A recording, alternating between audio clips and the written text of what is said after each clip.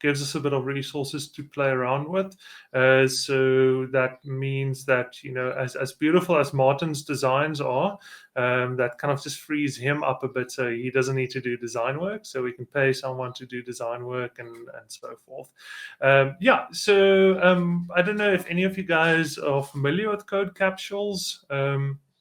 Like, they are pretty kind of involved in the tech world in the South African scene. They kind of a South African, almost, I don't want to say kind of like Heroku, or like a lot of AWS services, but essentially it's kind of just software as a software as a service platform.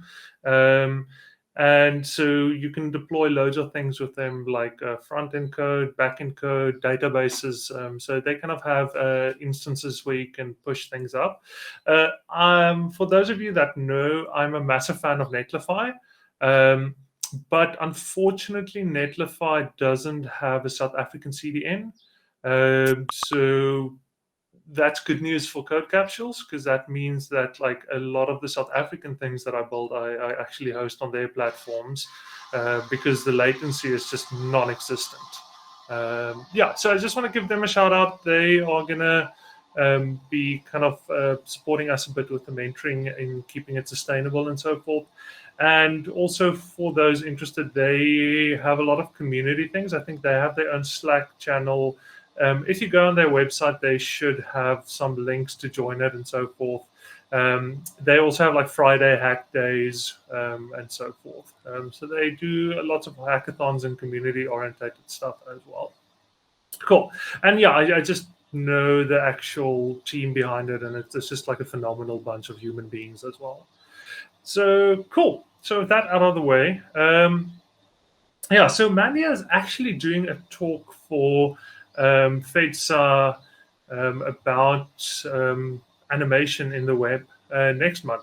So I thought, why not maybe give her an opportunity to kind of give it a bit of a test run.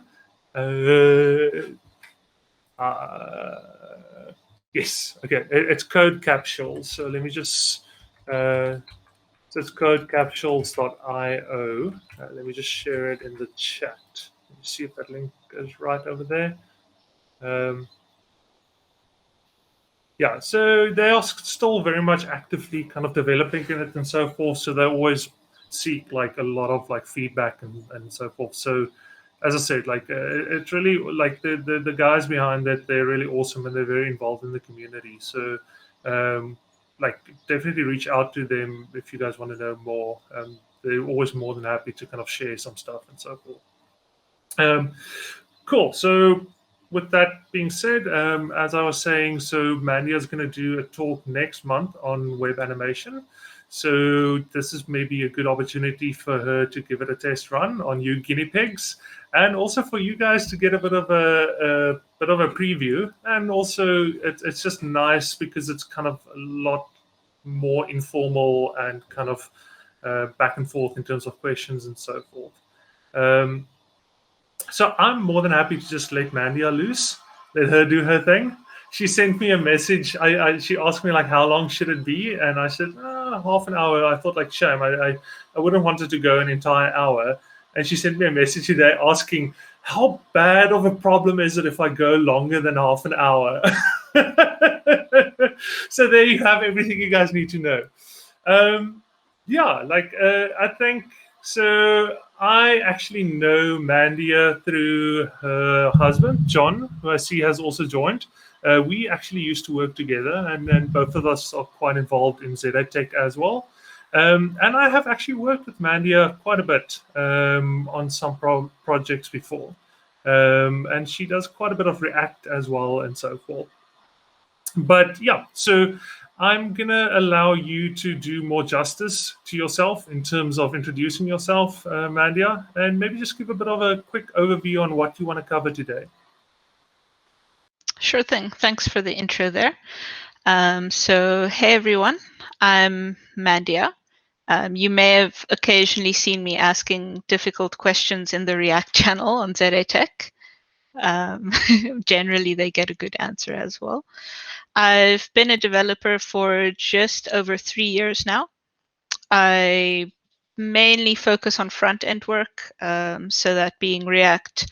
I actually really enjoy CSS. Funnily enough, I very rarely meet people who actually think CSS is cool, but I really do. I currently work for a company called Vulcan Labs as a full-stack engineer, but still mainly focusing on front-end with React and TypeScript in this case. So today I wanted to try and just cover some of the basics of CSS animation. So by the end of this talk, you should know everything that you need to actually implement a basic animation by yourself. What's the difference between animations and transitions? How to use both of those. And if there's time, we might dig a little bit into how to animate an SVG as well, because those are cool.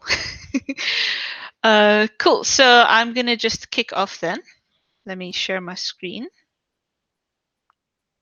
And I think if anyone has any questions, I assume they can just speak up. Otherwise, like I have the chat open here as well. So if anyone has any questions, but they don't want to interrupt Mandia, just pop it in the chat and I'll just ask, or she can just have a look, like at the text chat every now and then. Yeah, I've got the chat open on my second monitor, so please feel free to stop me at any time. This is my first time giving a talk, so please also shout if I'm going too fast or too slow, or you need me to revisit any part of the chat. I'm more than happy to do so. But okay, I thought I'd kick us off with a little bit of the history of web animation. Unfortunately, most of this was before my time. Since I've only been a dev for 3 years, I didn't dwell in the dark days of 90s animation and spinning logos and all of those wacky things that used to exist on the web. But yeah, what is animation? So Wikipedia defines animation as the process of making the illusion of motion and the illusion of change by means of rapid succession of sequential images, which is a really, really long definition. But to simplify it a little bit, an animation is nothing more than graphics in motion. It's a way to visualize change over a period of time. And once we get to the more practical part of the talk, you'll see that duration plays a very important part in anything related to animation. So it's change and it's time. And that's the essence of what animation is. So animation on the web started with GIFs. Please don't fight me over the pronunciation, which stands for Graphics Interchange Format. All the way back in 1987, a company called CompuServe, which was a big ISP in the USA, introduced the format of the Graphics Interchange Format, also known as the GIF. And one of the most popular initial usages for the GIF was actually by companies looking to enhance their logos by just rotating them. So a huge trend through the early 90s was just to have your logo rotating if you're a big company, and that made you very trendy. So we went through a period in the 90s where the majority of websites actually had something or other spinning on them, which was a little bit of a dark time. But after the GIF was introduced, nothing really happened in the realm of web animation for about the next 10 years until a technology called Flash came along. So I don't know if you guys really have interacted with Flash games very much. I used to play them a lot during high school. Like you had those stick fighter games and the Impossible Quiz.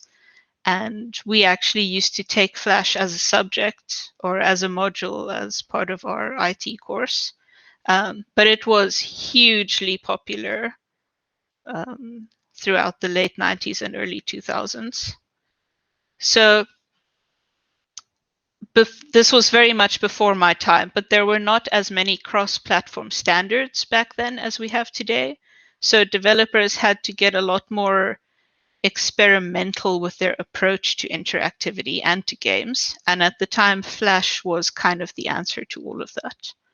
So Flash was a closed source application that allowed developers to build interactive elements easily and run them in the browser via a browser plugin. So Flash effectively was outsourcing the animation work to a plugin instead of the browser having to do it itself, because at the time there wasn't really much native in a browser that pertained to animation. So like I said, Flash was immensely popular during its time, and while it was a great technology and certainly paved the way for a lot of what we have today, Flash did go against the core principle of the web, which was to be open and accessible because it was closed source proprietary software.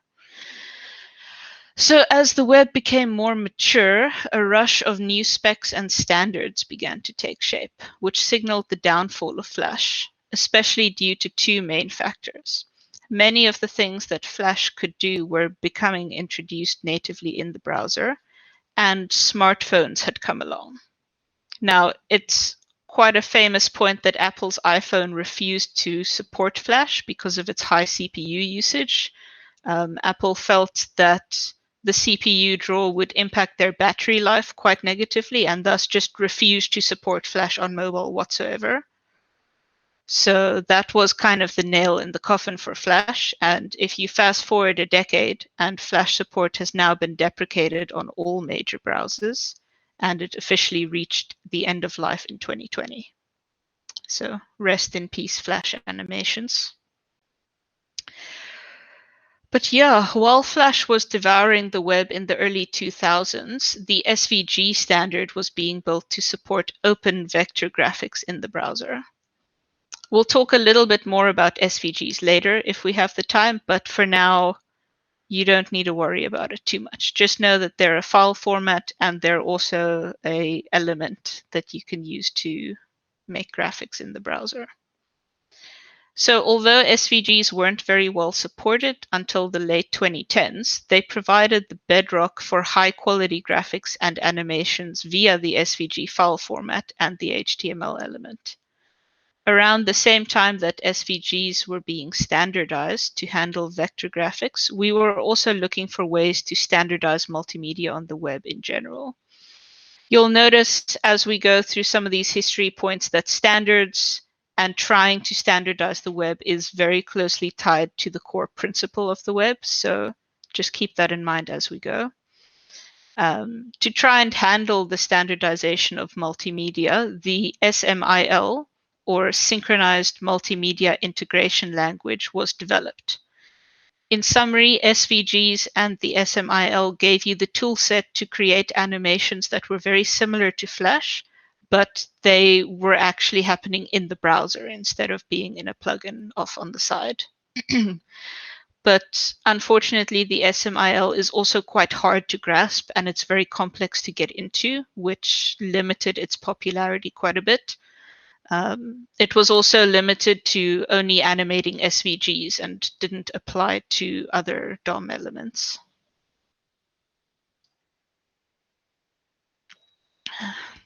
Which brings us to where we are today.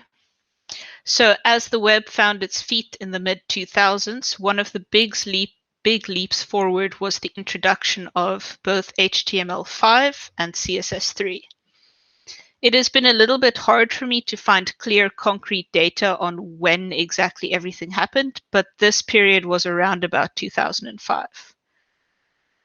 In 2009, we saw one of the most anticipated features of CSS, which was the joint introduction of animations, transitions, and transforms via their respective properties. Which brings us to the next section, the basics. Does anybody have any questions so far? I promise it's going to be a bit more interesting from this point. Cool. Let's continue. So the reason why I mention transform in this context is because I've often heard the misconception that a transform is in some way related to animation, but this is not actually the case. Transforms are often animated and they very much can be animated in interesting ways, but they are not animations themselves. Think of it a little bit like how you would edit a static image in Photoshop. You can rotate it, move it around, scale it, skew it, and so forth. But that does not actually have anything to do with animation. If you wanted to create a very basic animated element, you could use a transition instead. So a transition provides a way to animate an element when CSS properties change on the element. So for example, if the opacity of the element changes from 0 to 1, a transition would be able to make that element fade in slowly over a period of time. Transitions are a lot more limited than animations, but they're also a lot simpler, which makes them very quick and easy to use. So I have a little code pen that we're quickly going to dig into. Let me just open it up. So just to demonstrate how you actually can create a transition. So let's say you have this box and you want to add a transition to it. Since transitions change an element from a starting state to an ending state, you need to define a second state for your element. So transitions also need a trigger to run, and one of the most common ones to use for that is a hover state. So we'll start with that. And what I mean by trigger is that something has to happen to cause a change in CSS properties to occur, which will trigger the transition. And that could take place through a CSS class being applied with some JavaScript, or in this case, just the user hovering over an element, if I can remember how to spell anything. So if you just add some, can you guys see this, by the way? Do I need to zoom in anymore? Okay. So if you just add a different set of properties to the element like this, and you hover over it, it widens. But that's not actually animated. That's just a property changing between two states. So to make it a transition, we'll need to add the transition property and tell it which attributes to animate. You can shorthand all of these attributes, but I'm going to write out the full attributes for the purposes of this demo. So you need to tell it what property you want to animate. So that just refers to the CSS property you want to animate, which in this case is going to be width. And like I said, you need to give it a duration because animations are all about change and timing. So let's give it a duration of 2 seconds. Give this a sec to recompile. And now you'll see if you hover over it, that's now become an animated change of properties instead of just being a static change. Which is the most basic core attribute of what you need to create an animated element. You can also define multiple transitions with different timing values separated by commas. So I'm going to change this to shorthand to illustrate this part. So we'll go with 2 seconds.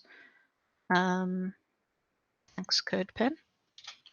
But let's say we also wanted to animate the height changing.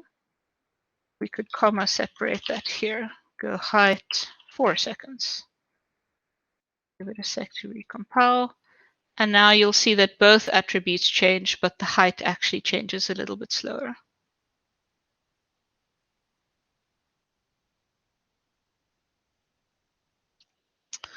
There's also a special value that you can use with the transition called all, which is if you just want to say that all of the elements' properties must be animated. Let's say you wanted to animate a whole bunch of them. You don't need to specify every one individually. You can just use all. So if we added a background color of magenta to this, we should see all of the properties now change over 4 seconds.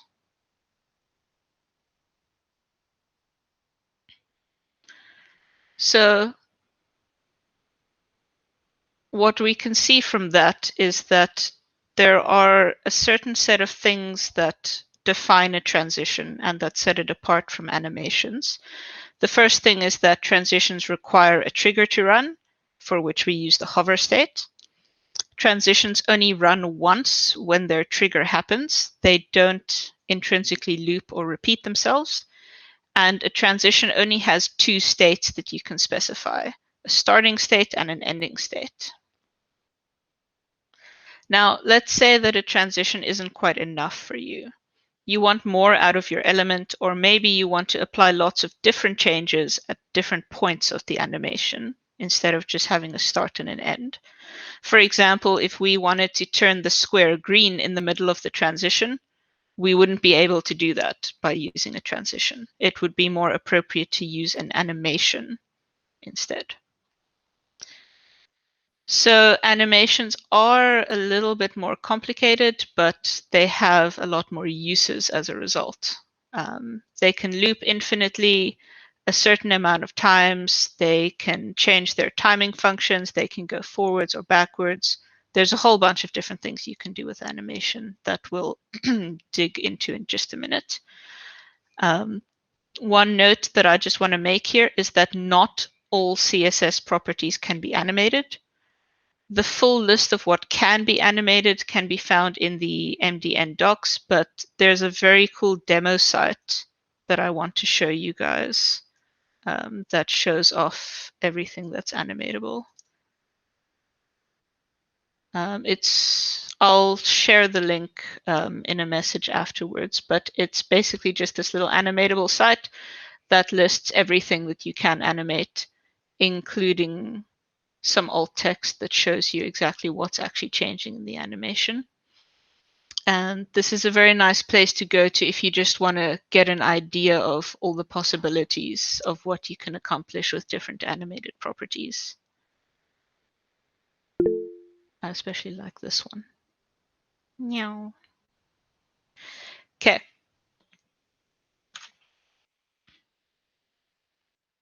Sorry, my slides are running away from me there. So to make an animation, you need to first define some keyframes that'll dictate how our element should look at each step of the animation. And I'm going to quickly just go through the theory of what this is, and then we'll do a practical example to illustrate it a bit better. Now, keyframes are basically the instructions for how your animation looks at different times. They need at least a start and an end value, but they can have as many steps in between as you want. So for example, you could say start at one color, end at a different color, or start at one width and then end at a different width, as in the example here. In addition to keyframes, you'll also need to apply two properties to your element, that being the animation name, which tells your element which keyframes it needs to use, and the animation duration, which, the same as with transition, is just the length of time it takes for an animation to complete one iteration.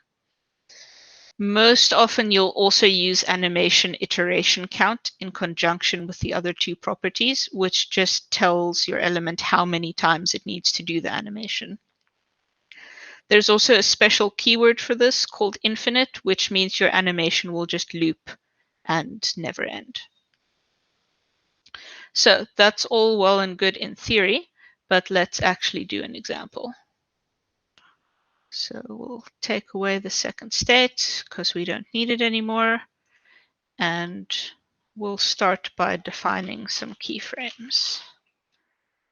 We'll call this rotate animation. So that's just the keyframes declaration and the animation name. And we'll say from a width of 200 pixels, please animate to a width of 400 pixels. Okay, now that by itself doesn't do anything. As you can see, we've just defined some instructions for how to do an animation, but we need to actually apply it to the element. So again, all of this can be shorthanded, but I'm going to write them out for the purposes of explanation. So animation name is just which keyframes we want to apply to our element. In this case, that's rotate animation. And the other property that we need to make a very basic animation is the duration. We'll say 3 seconds for that. Now, whenever this page loads, you'll see it plays the animation once and then resets. And that's the most basic minimal amount that you need to make an animation. You can get quite fancy with keyframes and some of the other properties that we'll explore in a bit. But at the most basic level, this is all you need to make a CSS animation. So let's say I wanted this to loop infinitely. We'll add an iteration count to it. Iteration count, and we'll use the infinite keyword just to make sure that that keeps going. Okay. Does anybody have any questions at this point? No, we're all good. Okay, so I'm going to just demonstrate some of the other properties that are related to the animation keyword that you can use. The first one is the animation timing function. This basically establishes the acceleration of your animation. So you can tell it to start fast and end slowly, or start slowly and end quickly, or you can write a completely custom timing function. Like, let's say you want it to start slow and then speed up and then slow down and then speed up again at the end. You can do all of that, but that's a bit of an advanced concept, so I'm not going to go into it too much here. So there are some predefined keywords you can use for this. I'm going to make use of ease in this case, or let's do ease in instead. It's a little bit more clear. And that just tells my animation to start slowly and speed up as it goes along. Hopefully this comes through clearly enough in the screen share that you guys can actually see it, but if you try it yourself, you'll see the effect very easily. The next one is animation delay, which refers to the time between the element being loaded and the actual start of the animation. So let's say I wanted my page to wait 3 seconds before it played the animation. I'd apply an animation delay like this. Now you'll see it just pauses and it plays the animation. And if I were to reload, it would just pause again before playing the animation. It's worth noting that if you use animation delay, it only applies its delay the first time the page loads and not every time your animation plays. Yeah.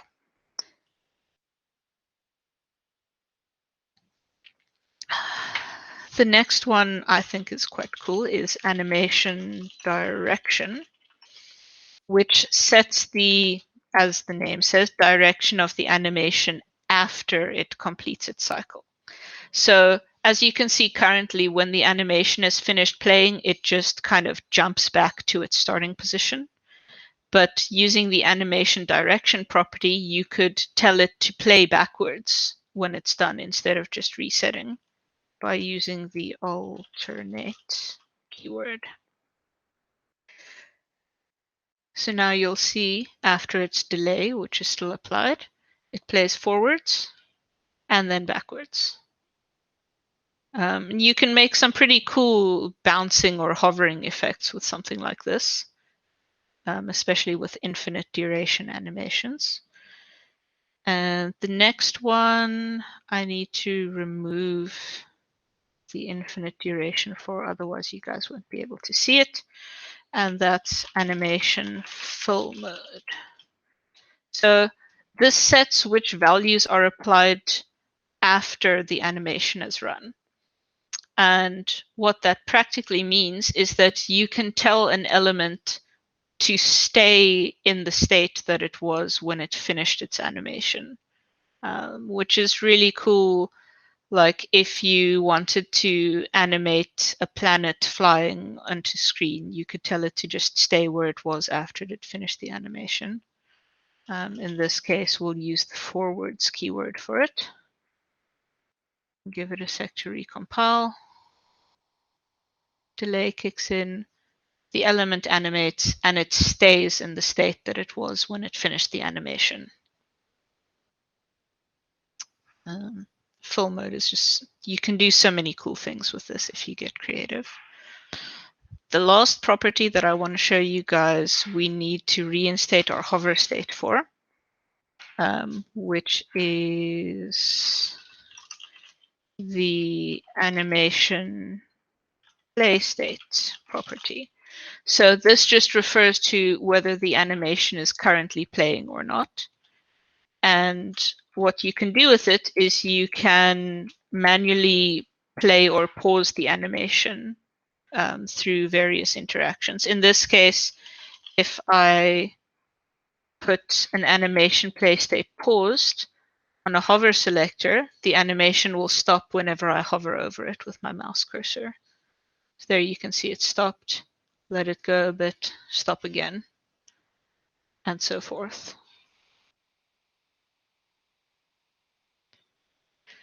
So that's all the individual attributes of animation. But there's even more things that you can do. So we've defined some keyframes here, but it's actually possible to apply multiple keyframes, which I'll quickly demonstrate here. And just like with transitions, you just comma separate what you're applying. So we'll do a color one. We'll use the proper selector this time, which is 0% background color magenta.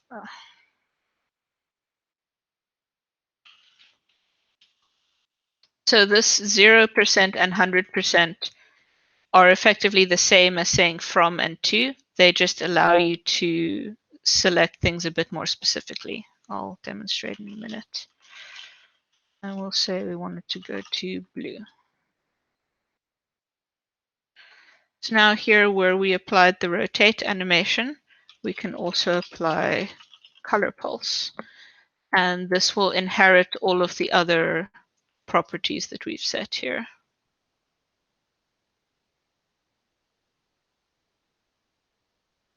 So as I mentioned earlier, transitions can only move from one state to another, but animations can move through almost any number of states along the course of their animation. So I could do something like this. Let's say halfway through the animation, I want the background color to change to green instead. Give it a sec to recompile and run its delay. And now you'll see it cycles between 3 colors. And you can basically just keep adding these. You can add one at 20%. You can add one at 40%, 41%, etc. All that means is that whichever percentage of the animation progress you define your property as, that's where the change will take place. So anything you define at 100% will happen at the end. Anything at 50% will happen in the middle, and 0% is where it'll start, for example. So this really illustrates the power of keyframes because you can build incredibly complex animations by just defining lots of points. Like you can fly around the screen, you could have something spin and then change color and then flip out into the 3D space or something. I don't know. There's a lot that you can do with this. Yeah, one other cool thing that I'd like to show you guys is that it's possible to use CSS variables in animation as well. Let me just boot up this other code pen. I don't know if you guys have interacted with variables in CSS before. I know you guys have dealt with variables before, but effectively you can use them in CSS by using the var method. So in this case, we have a shorthand animation that applies the keyframes called change. It has a duration of 0.5 seconds. It has a timing function of ease in, a delay of 1 second, and what was that other one? A fill mode of forwards. So effectively, the elements will wait 1 second after they load, and they'll stay in the state that they were when they finished animating.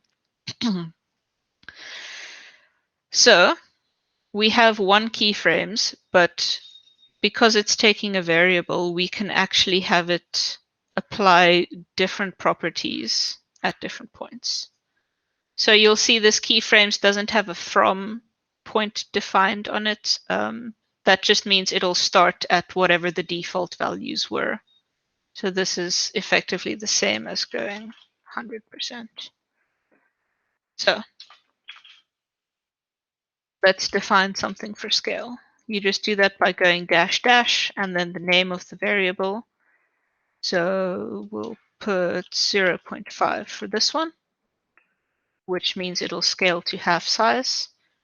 And you'll see after a second of delay, the first element has shrunk. But the power of this is that we can define something entirely different for the second one and something different for the third one. Scale of 2.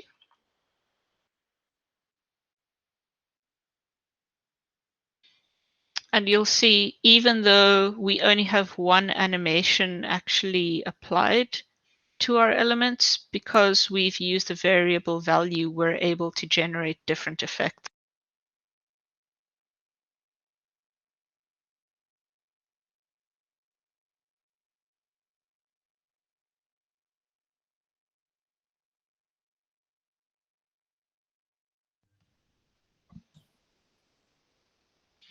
Sorry, can you guys still hear me?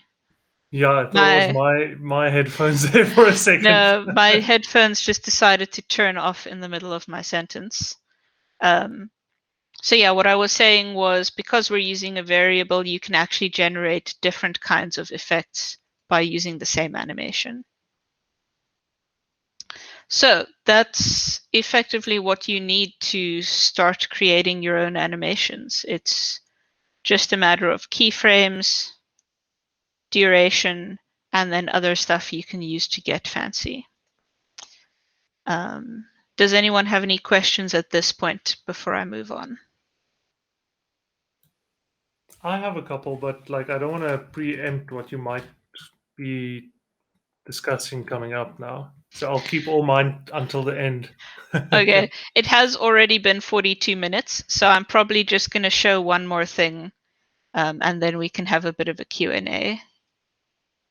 So the one more thing that I want to show you guys is that Chrome has a lovely animations inspector built into it, which you can use to debug or play through your animations whenever you want. Let's just save and reload this so that it actually picks it up.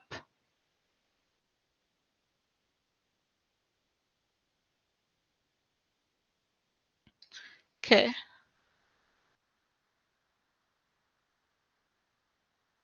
Let me just get this to cooperate. Is it this one?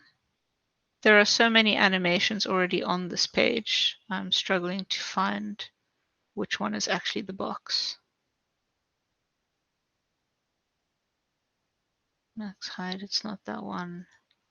It's not that one. Sorry guys, I did go through this beforehand, I promise. But the point is effectively that you can use the animations inspector to take a closer look at any animations that you have on the page, and you can slow down or speed them up using this. You'll actually see that my box is playing super slowly now because I've set the speed to 25%. You can actually pause any animations on the page. This is really useful if you're debugging or you want to see what an animation is doing at a specific point. You can set the speed down to 10% and then just watch it tick through frame by frame. And if the interface was cooperating with me, I'd be able to show you that you can actually step through individual frames, but I'll have that sorted out by the time that I do the full talk. So come to that if you want to see how to use the animations inspector properly. And yeah, then essentially just to recap, what we know now is that transitions are simpler than animations, but they're also easier to use. Animations are flexible, and you can define as many different points along the animation as you want using keyframes. You cannot animate all CSS properties. Chrome's DevTools has a great animations inspector, I promise. It really does. It's just me who wasn't using it correctly. And to make an animation, you only need to do 3 things. Define some keyframes, apply them to an element, and slap on a duration. And that's the basics of animation. So for the sake of time, I am going to end off there and not delve into SVGs, which are a whole section by themselves. And yeah, I'll just take some questions if you guys have any. Thanks so much, Mandia. Yeah, that was really great. I wish someone could have explained the difference between transitions and keyframe animations to me when I first encountered this.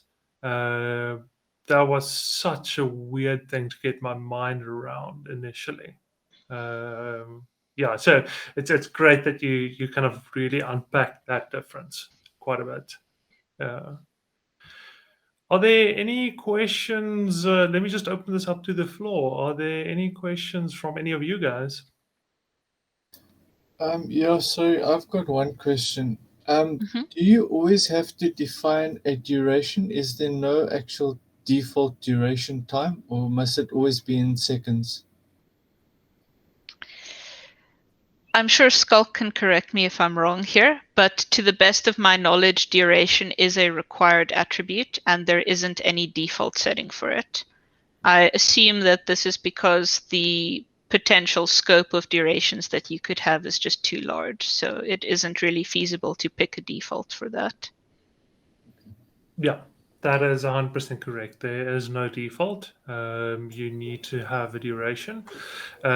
Just because that's not necessarily something that you want to fall back on.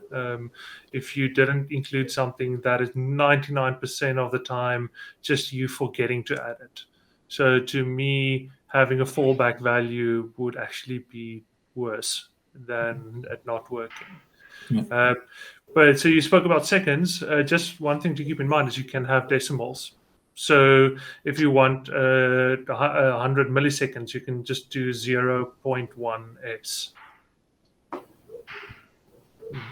Cool. Yeah, from my side, thank you, Mandia. It was very approachable, your presentation. Many times when I look at my career ahead of me, I'm like, where do I even begin? I know nothing. But it was nice and approachable. And I think one good way to think about animations, it's almost like transformation is like distance, and then animation is like the time that distance gets completed in. So I think that's why the time is also important, because without your time, animation is almost just a transformation. But yeah, thank you very much. Yeah, but you can animate loads of things apart from transition. Transform. You can do like color and background and opacity and all of those things. Yeah. Oh, interesting. I didn't realize. Thanks, John. I didn't realize that. Okay. Any other questions from anyone else? Is there a specified amount of keyframes that you can have? Like, can you specify a percentage from 1%, 2%, 3%, and so on until 100%? There's no maximum allowed of keyframes that you're allowed. I don't think you can go over 100%, but beyond that, yeah, you can go 1%, 2%, 3%, any amount of percents. You can also actually, this isn't something I mentioned, but you can actually aggregate them. So if you wanted to have the same values at 1% and 20%, you could actually just comma separate them like that as well. And you can never go 0.5%, so it must always be a whole number or an integer. I actually don't know. Does I anyone know? actually don't know either. It can probably be a percentage. Like- Like knowing how this works, it can probably be a percentage. But that being said, like if you want to go a decimal of a percentage, I have bigger questions for you than whether you can do it or not. Like, why does your animation depend on a decimal of a percentage? If What you've got on 6 earth are you doing? frames, you've got 6 frames, so it's like 16.666. Yeah, like what on earth are you doing? Well, it's just nice to know that if you can do it or if you can't do it. Yeah. It looks like, just based on trying it here, that you actually can. I don't know if you guys saw the Please quick no. magenta flash. I see it on right your at the face, start. like the reflection. But it was there, so I guess that yes, you technically can do that. Yeah. So, but like, if it's a question of like speed or amount of time, just extend the duration. So a percentage, 1% of 10 seconds is more than 1% of 1 second. But yeah, like I can't think of a case where I would go to the decimals of percentages where I need more than 100 breakpoints. I'm probably doing something I shouldn't be doing. I'm probably doing something naughty. Ask not whether you can, but ask whether you should. Exactly. So that maybe brings me to another question: is where does JavaScript fit into all of this? Is there a reason why you would animate with JavaScript? Is there a reason why you wouldn't want to animate with JavaScript? So JavaScript and animation is a whole series of talks unto itself, which is why I decided to try and stay away from it from this.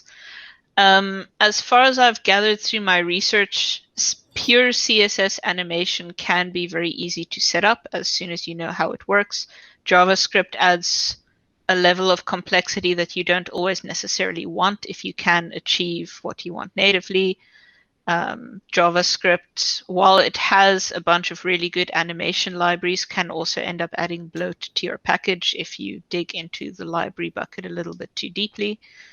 I'd say that's probably the main trade-off is complexity and performance. So JavaScript can allow you to do a lot more, but everything comes at a cost. Exactly. So the browser JavaScript is also single-threaded. So all your animations are then going to run on the same thread that you're using for event listeners and so forth. Whereas if you use CSS animation, that runs on a different thread. So it's way more performant. So you're effectively letting the browser do what it does well, which is show things instead of telling it how to show it. Yeah, and you need to do loads of weird things like what's it called? Sure, something time. I can't even remember. Frame request frame animation frame or something like that. Like it gets, yeah, as you said, it gets very complex very quickly. Then you probably want to go for something like GreenSock or something which is kind of like an animation library. But at that point, you're effectively doing like the type of things you would do like in After Effects or video editing or whatever. You're not animating buttons and so forth. Yeah. Can you ever make CSS more than one thread then, or is it specifically for only one thread? Can you So run it on multiple threads? I mean, So CSS, so JavaScript is single-threaded. CSS is done by the browser. So the browser figures out CSS is declarative. So you tell the browser, hey, make this thing blue. And the browser figures out like, okay, I'm going to figure out how to make this blue. And it also might depend on what. So like those are generally multi-threaded. JavaScript is single-threaded, and that is just because of the way it was created way back in the day. And loads of other things, like you don't want something firing after a variable was like you want to keep everything in a single scope. So you can do multi-threading in JavaScript. Shaylin actually did a front-end development South Africa FEDSA talk. It's on our YouTube channel on web workers. You can use web workers. It requires a bit of complexity, but you can definitely do multi-threading. JavaScript doesn't do multi-threading by default, but you can do it.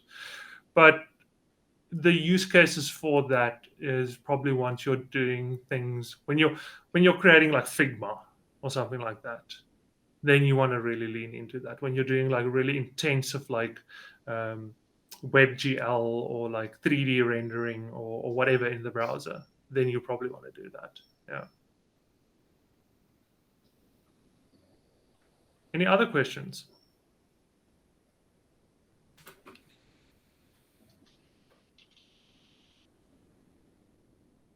Okay. So can you use CSS animations on SVG, Mandia? Yes, you can. Okay. Um, Can you use all of them? No, not as far as I'm aware. I have a whole section on animating SVGs in my full talk, so I promise we'll get there.